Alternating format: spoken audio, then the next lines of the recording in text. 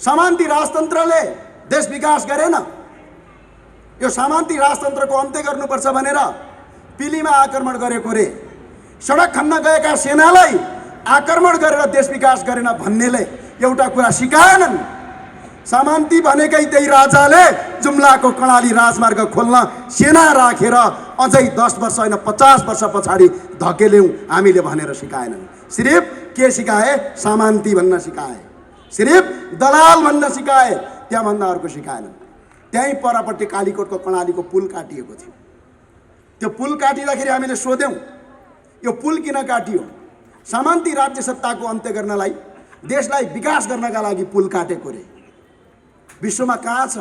एउटा कुरा प्रचण्डले सिकाउनु पर्थ्यो, त्यहाँ पुल काटेपछि विकास होइन अविकसित बनिन्छ, घरमा बम हानेपछि विकास होइन अविकसित बनिन्छ, सडकमा टायर बालेपछि देश बन्दैन कि देश विनाश हुन्छ भन्ने कुरा सिक्नु पर्थ्यो, सिकाउनु पर्थ्यो। अब यो सिकाउने बेला आएको छ। यो सबै नेतालाई मेरो अनुरोध छ, आग्रह छ, तपाईँ दाजुभाइहरूलाई, कसैले पनि कुनै नेतामाथि अपशब्द प्रयोग नगर्नुहोस्, कसैले पनि कुनै नेतामाथि गाली गलौज नगर्नुहोस्, तर चुनावमा भोट नहाल्नुहोस्। यसको जवाब यही हो, अरू केही पनि होइन।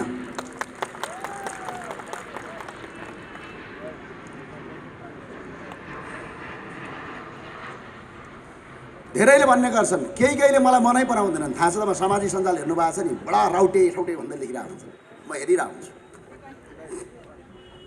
केही इन्जिनियरले मलाई मन पराउँदैनन्, केही सरकारी कर्मचारीले मन पराउँदैनन्, केही शिक्षकले मन पराउँदैनन् मलाई, केही विद्यार्थीले पनि मन पराउँदैनन्, र केही राजनीतिक दलका कार्यकर्ताले पनि मलाई मन पराउँदैनन्, र केही कानुन व्यवसायीले पनि मन पराउँदैनन्, र केही स्वास्थ्यका व्यवसायीले मन पराउँदैनन्, र केही शिक्षाका व्यापारीले मन पराउँदैनन्। मलाई त्यो इन्जिनियरले मन पराउँदैन जुन इन्जिनियरले बनाएको बाटो 1.5 महिना टिक्दैन।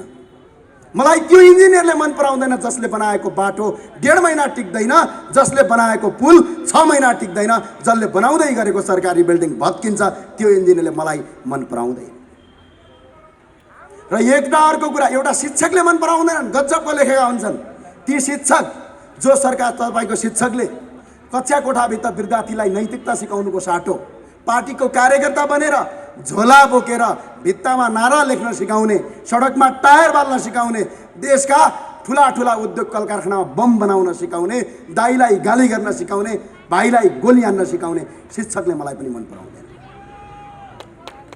हिजो आज एउटा भिडियो हेरेको छु, एउटा शिक्षा एउटा स्वास्थ्यका माफियाले मलाई मन पराउँदैनन्, किनकि 10 रुपियाँको सिटामललाई 10,000 लिन्छन् यिनीहरू, 1,000 को औषधि गर्ने उपचारलाई 1 लाख रुपियाँ लिन्छन्। यस्तो अवस्था देशलाई बनाएका छन् कि शरीरको एउटा अङ्गको उपचार गर्नका लागि अर्को अङ्ग बेच्नुपर्ने बाध्यता बनाउने शैक्षिक माफियाले मलाई मन पराउँदैन। र ती विद्यार्थीले पनि मैले मन पराएको देखेको छैन, जुन विद्यार्थीले किताबमा झोलामा किताब बोक्नुको साटा पिस्तोल र हतियार बोक्छ, जसले नेपाल प्रहरीलाई सम्मान गर्नुको सट्टा आँखाको नानी फुटाउँछ, जसले सडकमा बिरुवा रोप्नुको सट्टा सडकको बिरुवा उखेल्छ। उदाहरणका लागि बानेश्वरको भिडियो हेर्नुहोस्, ती विद्यार्थीले मलाई मन पराउँदैन। म अनुरोध गर्न चाहन्छु, म आग्रह गर्न चाहन्छु, ती व्यक्तिले मलाई जीवनभरि कहिल्यै पनि मन नपराउन्। भगवानसँग प्रार्थना गर्छु, जुन दिन तिनले मन पराउँछन् म पनि तिनी जस्तै अपराधी बन्छु। त्यही भएर मन नपराउन म हार्दिक अपिल गर्छु तपाईँहरूलाई।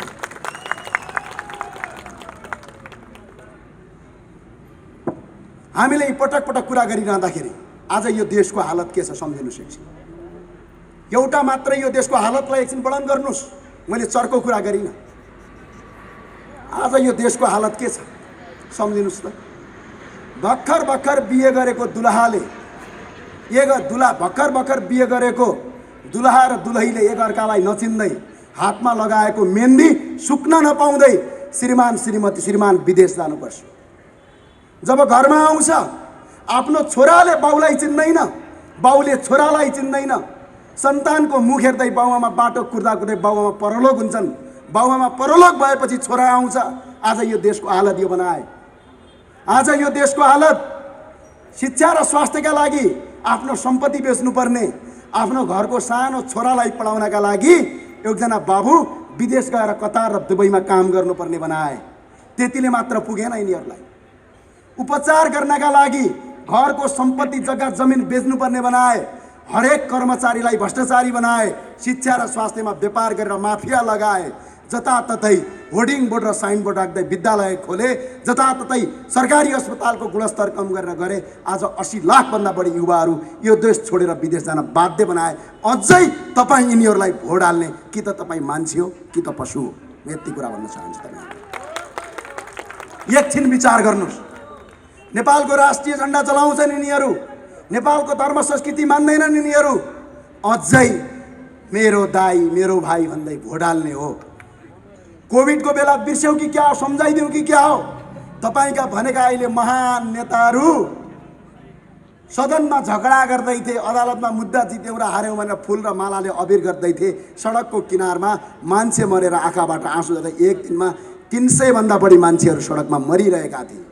त्यतिखेर नेताको याद आएन। एकजना पात्रले आई लभ यु बा भन्दै थिए, तिनै आई लभ यु बालाई हामीले अक्सिजन दिएर बचायौँ, तर भोलिपल्ट दिन फेरि आई लभ यु बा भन्न गइछन् बाँचेर। यस्तो अवस्था भयो यो देशमा। कहीँ थिए कुनै नेता देखिन्थे? तपाईँका क्रान्तिकारी नेताहरू ब्रोइलर कुखुराको मासुसँग मजाले चम्चाले भात खाएको फोटो भाइरल भएको थियो। तपाईँका महान क्रान्तिकारी र मेरो दाइ भन्नेहरू कपनको गल्लीभित्र लुकेका थिए। तपाईँका महान दाइ अहिलेका प्रधानमन्त्री शेरबहादुर देउवा बुढा नीलकण्ठको आवासभित्र मोज र मस्ती गरिरहेका थिए, सडकमा तत्ताइरहेका थिए, देशका जनता सडकमा रोइरहेका थिए। तपाईँको आएर सर्वोच्च अदालत अगाडि बसेर फुलमाला र अबिरको जात्रा गरिरहेका थिए। तैँले जितिस् मैले हारे भनिरहेका थिए। अझै जनता तिनलाई भोट दिन्छौ। त्यही भएर म भन्छु, अझै भोट दिनुहोस्। भोट नदिनुहोस् भन्दिनँ, भोट दिनुहोस्, जिताउनुहोस्। फेरि कोभिड जस्तै त्यस्तै आउँछ, तपाईँको किडनी र कलेजो बेच्नुपर्ने दिनसम्म तपाईँ सुध्रिन हुँदैन। दिनुहोस् भोट भन्छु। एकपटक यिनीहरूलाई तपाईँले यस्तो अपराध गरिरहँदाखेरि याद छ तपाईँलाई? आज नेपाल प्रहरीले घुस खायो भन्नुहुन्छ। नेपाल प्रहरीले घुस किन खायो? त्यसको पछाडिको उदाहरण देख्नुभएको छ। नेपाल प्रहरी कस्तो प्रहरी हो थाहा छ तपाईँलाई? नेपाल प्रहरीको अधिकृत बन्नलाई शारीरिक रूपमा पनि तन्दुरुस्त चाहिन्छ, जो कोही बन्न सक्दैन। दिमागी रूपमा पनि तन्दुरुस्त चाहिन्छ। तर आज त्यो प्रहरीलाई ब्याङ्कको सेक्युरिटी गार्ड बनाएका छन्। अनि देश कसरी विकासित हुन्छ? देशमा दिमाग भएका युवा खाडीमा, शरीर र दिमाग दुइटै भएकालाई सेक्युरिटी गार्ड बनाउने, अनि तपाईँको लफङ्गाले अनि यो देश बनाउने, सडकमा टायर बाल्ने र तपाईँको सिसा फोड्ने, हत्या र हिंसा गर्ने अपराधीले अनि यो देशको नेतृत्वको चाबी तपाईँ जनता दिने, अनि देश बनेन भनेर रुने होइन। यिनलाई एकपटक चाबी लिनबाट थोच्नुहोस्, यिनलाई बन्द गर्नुहोस्। त्यसपछि यिनीहरू सबक सिक्छन्, त्यसपछि सडकमा आउँछ। हेर्नुभएको छ सरकारी कर्मचारीले भ्रष्टाचार गर्यो भन्नुहुन्छ। एकछिन त्यो सरकारी कर्मचारी भएको इतिहास गर्नुहोस्। कति छ त्यो सरकारी कर्मचारीको तलब हेर्नुहोस्। आज तिनका बच्चा बच्चीले कुन स्कुलमा पढाउने हेर्नुहोस्। बिचरा एकजना कर्मचारीको 35,000 30,000 तलब हुन्छ। स्कुलको फी 15,000 आउँछ। श्रीमती बिरामी भयो भने एकैछिनमा 30,000 को बिल आउँछ। कोठावाला 19-20 हजार आउँछ। अनि त्यसले भ्रष्टाचार नगरेको पूजा गर्छ। यो देशमा स्वास्थ्य र शिक्षा निशुल्क गर्नका लागि हामी आएका छौँ। यो निशुल्क गर्यो भने सरकारी कर्मचारीले घुस पनि खाँदैन। के थियो? हिजो थिएन। राजाले बनाएका बिल्डिङ छन्। आज पनि महेन्द्र माध्यमिक विद्यालय, महेन्द्र राजमार्ग, त्रिभुवन विमानस्थल, वीर अस्पताल, वीरेन्द्र सैनिक अस्पताल, आजसम्म कहीँ प्रचण्ड अस्पताल सुन्नुभएको छ? त्यही भएर हिजो र सरकारले हिजो तपाईँको सरकारी बिल्डिङ दिएका छन्। भारतको आम आदमीको इतिहास हेर्नुहोस्। त्यहाँका जनताले फैसला गरे। म दिल्लीमा पढ्दै गर्दाखेरि हामीलाई लाग्थ्यो आम आदमी पार्टीको आमसभा हुँदाखेरि तपाईँहरू धेरै हुनुहुन्छ, अत्याधिक ज्यादा भन्नुभएको छ। 3 देखि 4 जनाभन्दा बढी मान्छेहरू हुँदैनन्। हामी भन्थ्यौँ यिनले के जित्लान्। दिल्लीका जनताले फैसला गरे, भाषण गर्नेलाई होइन काम गर्नेलाई भोट दिए। अनि के भयो? निशुल्क बिजुली भयो। त्यही दिल्लीका जनता पढ्न नपाएर बोर्डिङ स्कुलको पछाडि लाइन लाग्थे। मेरो छोरालाई डेपमा नाम लेख्दैन, नाम निकालिदिनु पर्यो भन्थे। तर त्यही दिल्लीका जनता अहिले प्राइभेट स्कुलमा होइन सरकारी स्कुलमा छोरा भर्ना गर्नलाई लाइन लागिरहेका छन्। त्यस्तो बनाए हामी पनि त्यो बनाउने अठोट गर्दैछौँ। अनि तपाईँ भोट भ्रष्टाचारीलाई दिने, भोट अपराधीलाई दिने, अनि देश बनेर भनेर रुने, त्यो नगर्न म हार्दिक अपिल र अनुरोध गर्दछु। अहिले मात्रै पछिल्लो पटक यो देशको कति छ थाहा छ तपाईलाई? यो देशको भ्रष्टाचार अरबौं रुपैयाँ छ। झन्डै बेरुजो मात्रै यो वर्ष अहिलेसम्मको हाम्रो 2046 सालभन्दा पछाडिको बेरुजो झन्डै यो वर्ष मात्रै हाम्रो देशमा झन्डै बेरुजो मात्रै यो 6 खर्ब 76 अर्ब 41 करोड रुपैयाँ बेरुजो छ। 6 अर्ब होइन, 6 करोड होइन, 6 लाख होइन, 6 खर्ब। हामीलाई एकपटक सत्तामा पुर्याउनुस् भनेर हामी तपाईलाई भिख माग्न आएको होइन। यो देशलाई एकपटक सही नेतृत्वलाई सत्तामा पुर्याउनुस्। यो 6 खर्ब बेरुजो मध्ये 1.5 खर्ब तपाईको केही होला, तर 5 खर्ब यो देशको भ्रष्टाचार हो। त्यो पैसा तिनौ एकजना जनतालाई स्वास्थ्य र शिक्षाका लागि तडपिनु पर्दैन, एकजना नेपाली विदेश जानु पर्दैन। यही देश स्वर्ग हुन्छ।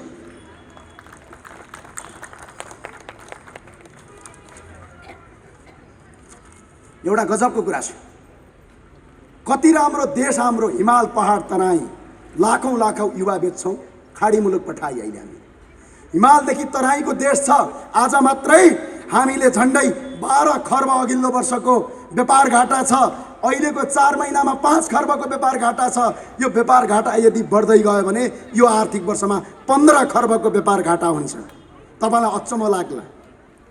हरियो तरकारी मात्रै हाम्रो देशले 16 अर्बको आयात गर्छ। थाहा छ? आफ्नो घरका दाजुभाइलाई विदेश पठाउने, बकमपुसे शिक्षा पढाउने, जीवनभरि केही काम नलाग्ने शिक्षा पढाउने, तरकारी खेती गर्यो भने त छोरा सानो हुन्छ अरे, गाउँमा त्यही सिकाउँछन्। 16 अर्बको तरकारी आएको छ। झन्डै भारतसँग मात्रै हाम्रो 3 खर्ब 19 अर्बको तपाईको हाम्रो व्यापार घाटा छ। चीनसँग झन्डै 94 अर्ब 30 करोडको व्यापार घाटा छ। अमेरिकासँग 9 अर्ब 91 करोडको व्यापार घाटा छ। तपाईलाई अचम्म लाग्छ होला। पेट्रोल मात्रै 88 अर्बको हामी आयात गर्छौं। झन्डै फलाम मात्रै 55 अर्बको आयात गर्छौं। सवारी साधन मात्रै 44 अर्बको आयात गर्छौं। अब तपाईको घर आँगनमा गाईलाई मारेर घिउ मात्रै 46 अर्बको घिउ र तेल आयात गर्छौं। हामी राष्ट्रिय प्रजातन्त्र पार्टीको नयाँ एजेन्डामा 20 वर्ष लाग्ला यो देशमा तेल उत्पादन गर्छौं। जुम्लाको ढटेलोदेखि तराईका फाँडमा तोरी उत्पादन गर्छौं र यो 46 अर्ब यही देशभित्रका यही देशका जनतालाई लागू गर्ने नयाँ सिद्धान्तका साथ हामी अगाडि आउँछौँ। 16 अर्बको तरकारी आवश्यक पर्दैन। यदि सरकार र राज्यमा तपाईहरूले एकपटक हामीलाई काम गर्ने अवसर दिनुभयो भने एन्टी डम्पिङ ट्याक्स लगाउँछौँ। जसरी भारतमा तत्कालीन भारतका प्रधानमन्त्री डाक्टर मनमोहन सिंहले चाइनिज सामानमा जसरी एन्टी डम्पिङ ट्याक्स लगाएका थिए त्यो ट्याक्स नीति अपनाउँछौँ। एउटा विदेशको तरकारी नेपाल आउन दिँदैनौँ। नेपालमै तरकारी उत्पादन गरेर 16 अर्ब रुपैयाँ यो देशको बचाउँछौँ। रोजगारी यही देशमै सिर्जना हुन्छ, संसारमा जानु पर्दैन। अब हेर्नुस् कस्तो देश बनाए। गोदावरीको मार्बल निकाल्न नपाइने, राजस्थानको मार्बल किन्न नपाइने है। अनि त्यसलाई क्रान्तिकारी भन्ने फेरि है, गजबको क्रान्तिकारी छ। लोकल मदिरा बेच्न पनि नदिने, देख्यो कि पुलिसले भाटा र लट्ठी हानिहाल्ने। तर स्विजरल्यान्ड र तपाईको न्युजिल्यान्डका हुस्की र ब्रान्डहरू बेच्दै दरबार मार्गमा रातभरि तपाईको दारू पार्टी गर्ने। हाम्रो देशमा उत्पादन भएको जडीबुटी प्रयोग गर्न नदिने। म जुम्लाको मान्छे हुँ, कर्णाली जडीबुटीको खानी हो। एक घरको तपाईको आँगनमा जडीबुटी हुन्छ। चिराइतो तपाईँ किन्नुहुन्छ हाम्रो जङ्गलमा हुन्छ। ओखर तपाईँ किन्नुहुन्छ हाम्रो जङ्गलमा हुन्छ। सम्पन्न भएका देशका नागरिक जडीबुटी बेचे भने 5 वर्ष जेल हाल्छ नेपालको सरकारले। जडीबुटी बेचेपछि जेल हाल्ने अनि भारतबाट औषधि ल्याउँदाखेरि व्यापारी हुने। हामी यो गर्न दिँदैनौँ।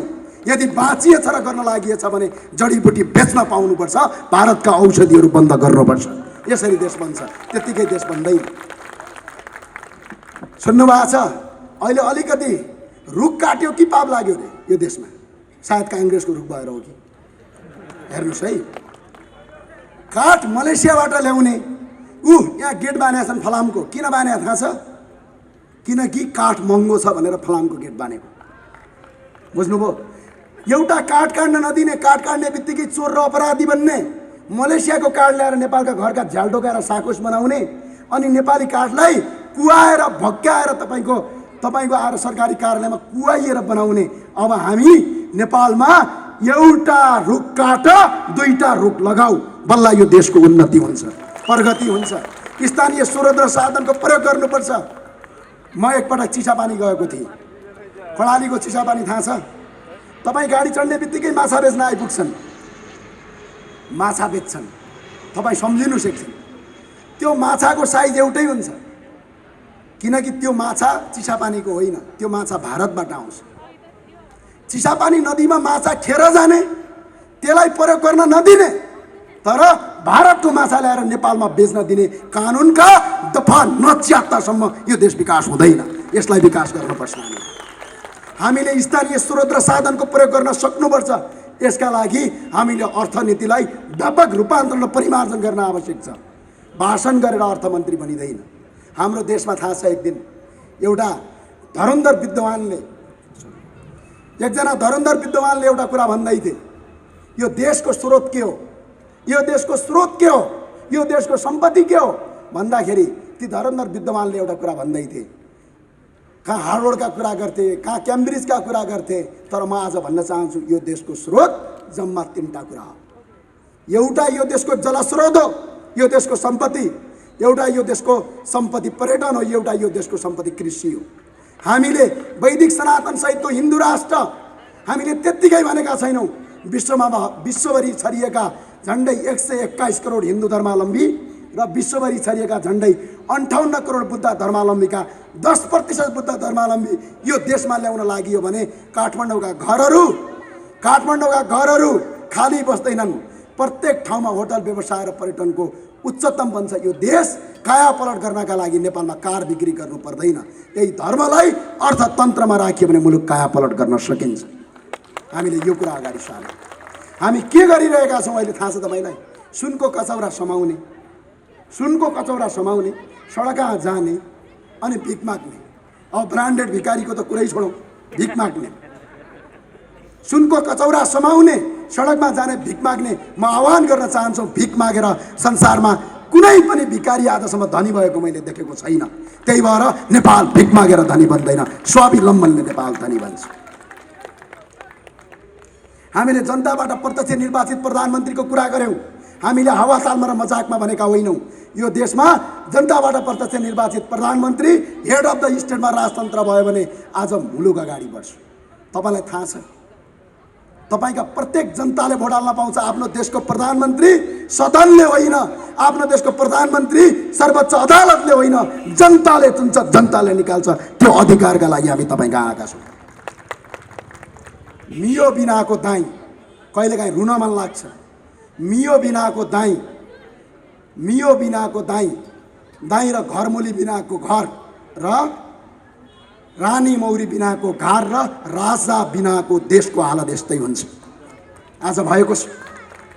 रानी मौरी नहुँदाखेरि मौरीहरूले काम गर्न नसक्ने होइन, काम गर्न सक्छन्, उडेर केसर ल्याउन सक्छन्, तर त्यो महको चाका बनाउन सक्दैनन्। एक अर्कासँग लडेर ती मौरीहरू मर्छन्। रानी मौरीले सबैलाई घरमा राखेर महको चाका बनाउँछ। रानी जस्तै यो देशको राजा रानी मौरी हो। त्यही भएर आज हामी आपसमा लडेर मरेका छौँ। राजतन्त्र यो देशमा आवश्यक छ। किन आवश्यक छ मलाई नसोध्नुहोस्। एकपटक नेपालको विदेशमा गएका नेपाली नागरिकलाई सोध्नुहोस्। नेपालको राजाले विदेशमा भ्रमण गर्दाखेरि छाती फुल्थ्यो, आज नेपालकी छोटे महारानीले विदेश भ्रमण गर्दाखेरि टाउको र शिर झुक्किन्छ। त्यही भएर राजतन्त्र आवश्यक छ भन्यौँ हामी।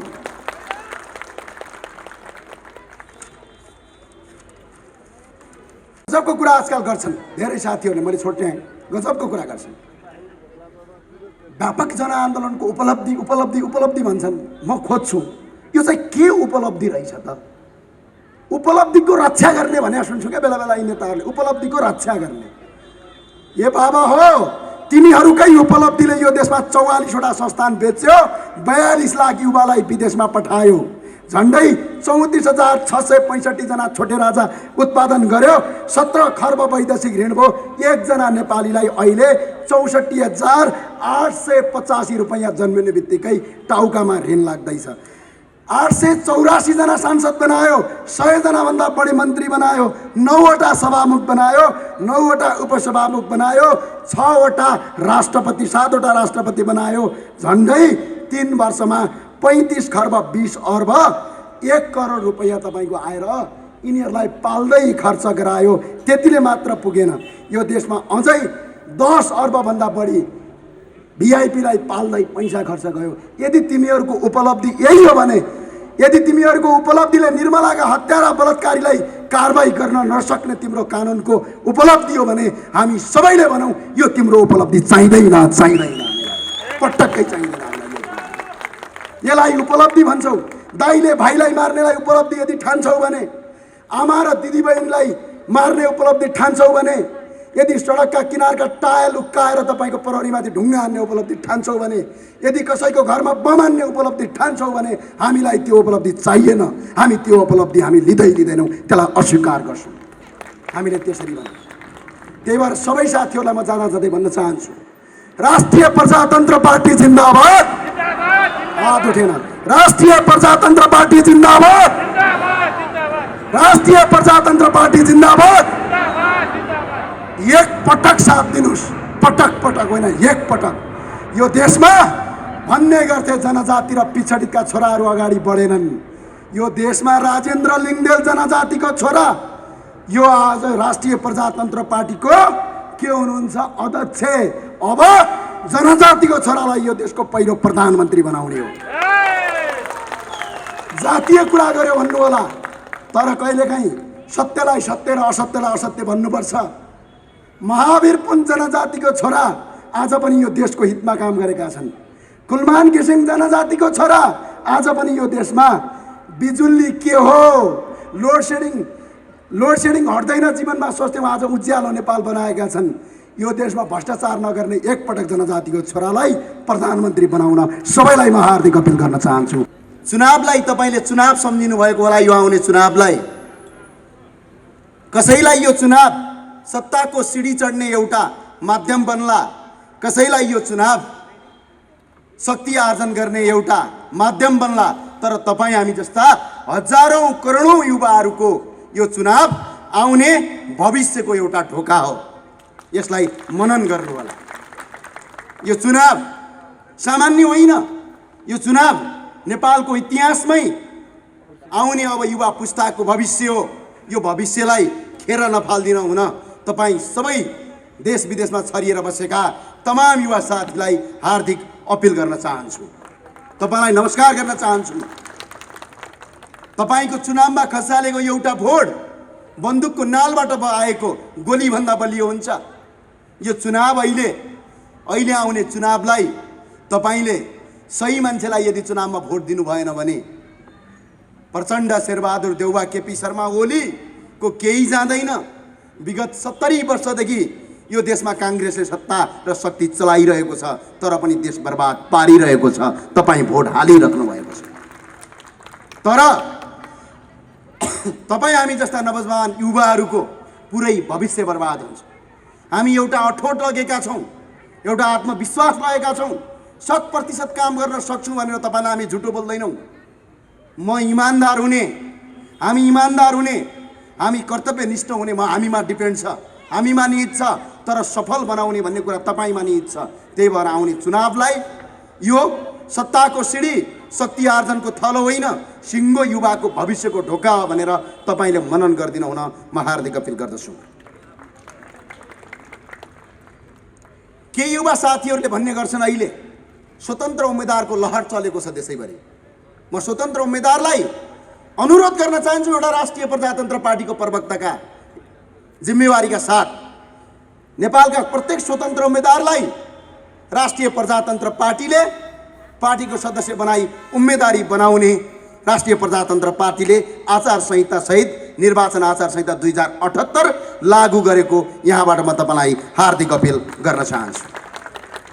स्वतन्त्र उम्मेदवारलाई मेरो अनुरोध छ, तपाईँहरूले चुनाव जिन्नुहुन्छ जिन्नु हुँदैन, तर तपाईँले एउटा बेइमानलाई, एउटा अयोग्यलाई पक्कै चुनाव जिताउनुहुन्छ।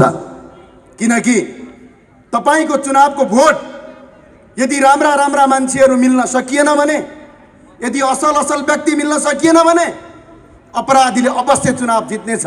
तपाईँले राम्रा मान्छेको भोट मात्रै काट्नुहुनेछ। त्यही भएर स्वतन्त्र जति पनि चुनाव लड्नुभएका देशभरिका युवा साथीहरूलाई म सबैलाई हार्दिक अपिल गर्न चाहन्छु, राष्ट्रिय प्रजातन्त्र पार्टी तपाईँलाई स्वतन्त्र उम्मेदवार होइन, पार्टीको बकाइदा र यो पार्टी सिङ्गो तपाईँको पछाडि लागेर चुनाव जिताउन तपाईँलाई तयार रहनेछ र यो पार्टीमा प्रवेश गरिदिनका लागि हामी हार्दिक अपिल गर्दछौँ। अर्को एउटा गजबको कुरा छ अहिले नेपाली समाजमा। जब एमसीसी को आन्दोलन भयो युवाहरू सडकमा धेरै कम देखिए। केही देखिए त पार्टीका कार्यकर्ताहरू ज्यादा देखिए। एकैछिन नेताले फोन गर्यो, आधा बाटो आन्दोलन छेकेर घर फर्केको भिडियो तपाईँले छ्यापछ्यापी देख्नुभयो। तर यो मुलुकको हित, यो राष्ट्रको हितमा जब केही आन्दोलन गर्नुपर्छ, युवा शक्तिको अति कमजोर उपस्थिति देखिएको छ। साह्रै कमजोर उपस्थिति हुन्छ। जब चुनाव आउँछ एकजना युवा साथीले भन्ने गर्छन् मलाई, यो चुनावमा त म भोट हाल्दिनँ, सबै नेताहरू बदमास भए, फटा भए, त्यही भएर मैले भोट नहाल्ने। म एउटा आग्रह गर्न चाहन्छु, युवा साथीहरू हो, तपाईँ यो आउने चुनावमा तटस्थ बस्नु भनेको तपाईँले भोट नहाल्नु मात्र होइन, एउटा अयोग्य र एउटा बेइमान राजनीतिज्ञलाई चुनाव जिताएर आफ्नो खुट्टोमा आफै बन्चरो हानेर आफ्नो भविष्यलाई अन्धकार पार्नु पनि हो। तपाईँले चुनावमा भोट नहाल्नु भनेको मैले अघि नै भनिसकेँ, आफ्नो खुट्टोमा बन्चरो आफै हानेर आफ्नो भविष्यलाई बर्बाद पार्नु हो। हामीले एउटा अठोट लगेका छौँ। त्यो अठोटका साथ तपाईँलाई बाचाका साथ हामी भनिरहेका छौँ, यो मुलुकलाई केही हदसम्म परिवर्तन गर्नेछौँ। समय लाग्छ, 20 वर्ष लाग्ला, 25 वर्ष लाग्ला, 30 वर्ष लाग्ला, तर यो देश बनाउने एउटा अठोट लिएका छौँ। तपाईँले पटक पटक भन्ने गर्नुहुन्थ्यो, भ्रष्टाचार नगर्ने नेता चाहियो, भ्रष्टाचार 1 रुपियाँ पैसा नखाने नेता चाहियो यो देशमा भनेर पटक पटक तपाईँहरूले भन्ने गर्नुहुन्थ्यो। तर राष्ट्रिय प्रजातन्त्र पार्टीले भ्रष्टाचार गरेर खानु भनेको आफ्नी आमाको रगत खानु बराबर हो भनेर आफ्नै प्रतिद्वन्द्वीलाई लकारेको राजेन्द्र लिङ्गदेल यो पार्टीको अध्यक्ष हुनुहुन्छ। ल आउनुहोस् अब भ्रष्टाचारका विरुद्धमा एकपटक भोटिङ गर्नुहोस्। हामी ठुलो सपना तपाईँलाई बाँड्दैनौँ, तर तपाईँहरूलाई, हाम्रा उम्मेदवारलाई यहीँ ललितपुरबाट भन्न चाहन्छु, यो आउने चुनावमा 1 रुपैयाँ पैसा खर्च गरेर चुनाव गर्ने होइन, बरु चुनाव हारिन्छ। इमान्दारका साथ चुनाव लड्ने, इमान्दारका साथ चुनाव जित्ने र जित र हार भनेको कुरा ठुलो होइन, इमान्दारिता भनेको ठुलो कुरा हो। त्यही भएर अब आउने चुनावमा यहाँका जनप्रतिनिधि र यदि तपाईँले जिताइहाल्नुभयो भने जनप्रतिनिधिलाई मन्दिरमा गएर पहिला शपथ खानुहोस्, मस्जिदमा गएर पहिला कसम खानुहोस्, गुम्बामा गएर कसम खानुहोस्, म भ्रष्टाचार गर्दिनँ, मैले भ्रष्टाचार गर्नु भनेको आफ्नी आमाको रगत खानु सरासर हो भनेर प्रत्येक उम्मेदवारलाई राष्ट्रिय प्रजातन्त्र पार्टीले निर्वाचन आचार संहिताभित्र राखेको छ, कसम खुवाउँछ। र हामीले अर्को कुरा भनेका छौँ, यदि आउने निर्वाचनमा तपाईँले एउटा जनप्रतिनिधिलाई जिताउनु भयो राष्ट्रिय प्रजातन्त्र पार्टीको, यदि भ्रष्टाचार गर्यो, यदि जनताको काम गरेन त्यो जनप्रतिनिधिले भने राष्ट्रिय प्रजातन्त्र पार्टीले साधारण सदस्यबाट कारबाही गरेर उसैका विरुद्धमा अड्डा अदालतमा मुद्दा दर्ता गर्ने म तपाईँलाई यहाँ प्रतिबद्धता व्यक्त गर्न चाहन्छु। हामीले सुशासनयुक्त नेपाल बनाउनुपर्छ। हामी पार्टीको कार्यकर्ता बन्दैमा दुलले नुहाएको होइन, त्यसको आचरण, त्यसको विचार र त्यसले गरेका व्यक्तिगत गतिविधिले मान्छेको आचरणमा सुधार आउने हो। त्यही भएर यो राष्ट्रिय प्रजातन्त्र पार्टीलाई अब यो देशको शक्ति बनाउनका लागि आफैमा रूपान्तरण नगरिकन यो शक्ति बन्दैन।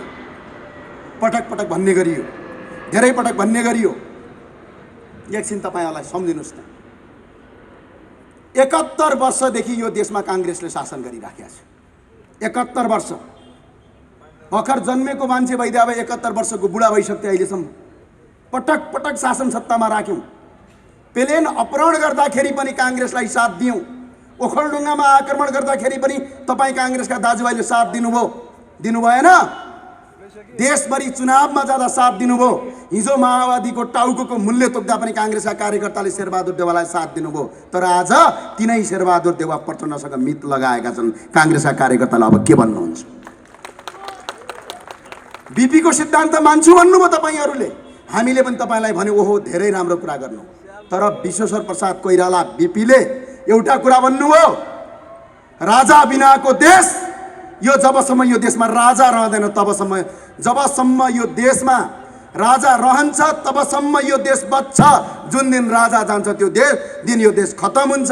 त्यही भएर राजाको लाई यदि कसैले काट्न आउँछ भने मेरो घाँटी माथि, राजाको घाँटी तल भन्नुभयो। बीपीको सिद्धान्त बेचेर खाने काङ्ग्रेस भन्दैन, यो काङ्ग्रेस होइन।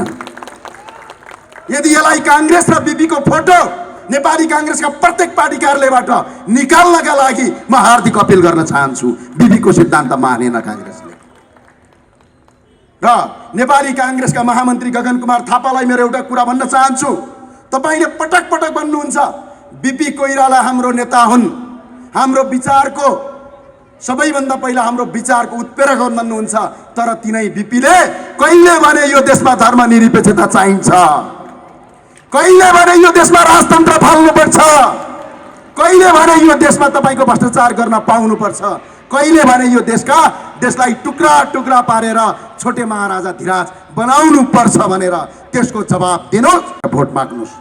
होइन भने बिपीको फोटो आफ्नो पार्टी कार्यालयबाट निकाल्नुहोस्। बिपी त अहिले भोट माग्ने ब्रान्ड बनेका छन्। एक दिन यिनीहरूको बहस चल्ने हो भने केसम्म गर्छन् थाहा छ?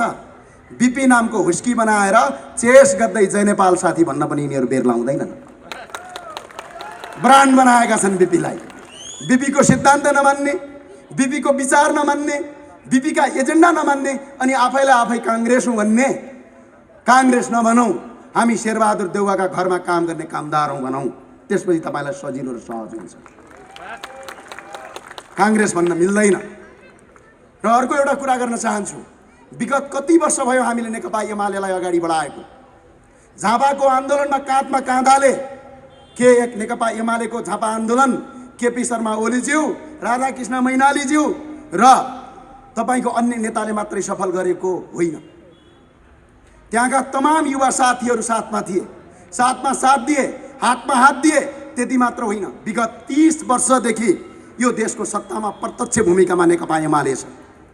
नेकपा एमाले विगत 30 वर्षदेखि यो देशको शासन सत्ता सम्हालेको छ। के परिवर्तन भयो?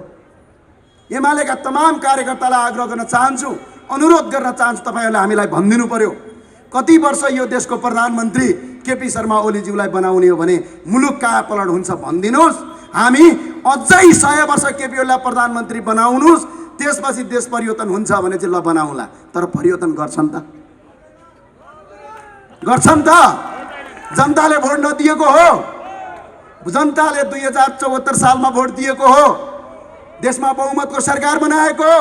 आपसी मतभेद नमिलेर, आपसी तपाईँको आएर द्वन्द नमिलेर तपाईँको एक अर्काको कुर्सीको मोह भएर पार्टी फुटाउने, सडकमा आउने, अनि जनतालाई फेरि चुनाव गरेर अनि केपी ओलीलाई चुनाव जिताउने भनेर जान अलिकति एमालेका साथीहरूले सोच्ने बेला आयो या आएन? त्यही भएर हामीले अनुरोध गर्यौँ, आग्रह गर्यौँ, एकपटक हामीलाई भोट दिनुहोस्। हामी एकपटकका लागि हामी पटक पटक पनि माग्दैनौँ, एकपटक तपाईँले भोट दिनुहोस्। सुशासन यदि कायम गर्न सकेनौँ भने आउने चुनावमा तपाईँ हाम्रा विरुद्धमा मुद्दा हाल्नुहोस्, हामी अदालत धाउन तयार छौँ। यसका लागि हामी तपाईँलाई अपिल गर्छौँ। हामीले धेरै झुटा आश्वासन दिनुपर्ने आवश्यकता छैन, झुटा कुरा गर्नुपर्ने आवश्यकता छैन।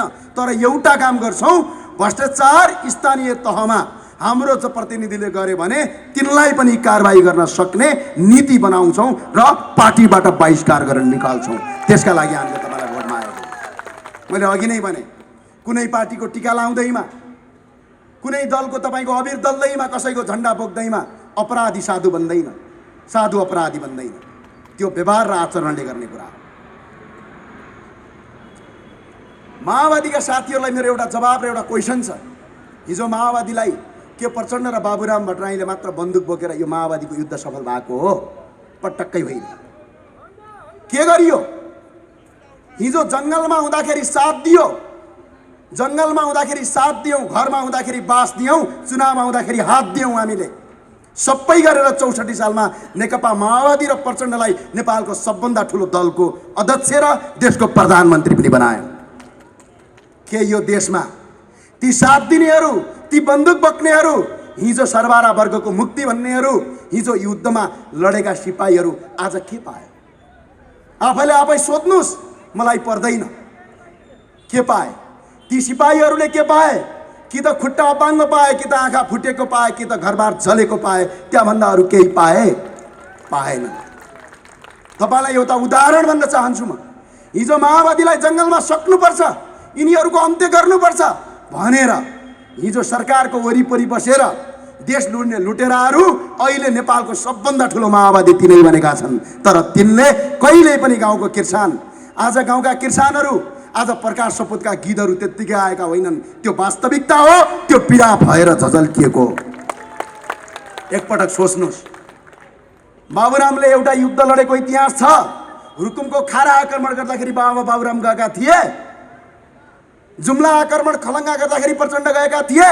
भारतको गल्लीमा बसेर लुटेको धनबाट मोमो र चाउमिन खाएर बसेका थिए। तर दुखी गरिबका छोराहरू, दलितका छोराहरू, जनजातिका छोराहरू, पिछडित वर्गका छोराछोरीलाई बुरुक्क उचालेर काँधमा बन्दुक बोकाएर जुम्लामा झन्डै 300 जना माओवादी मारिए, सेनाहरू मारिए, सिडिओ मारिए, ठाउँ ठाउँमा बम पट्काइयो।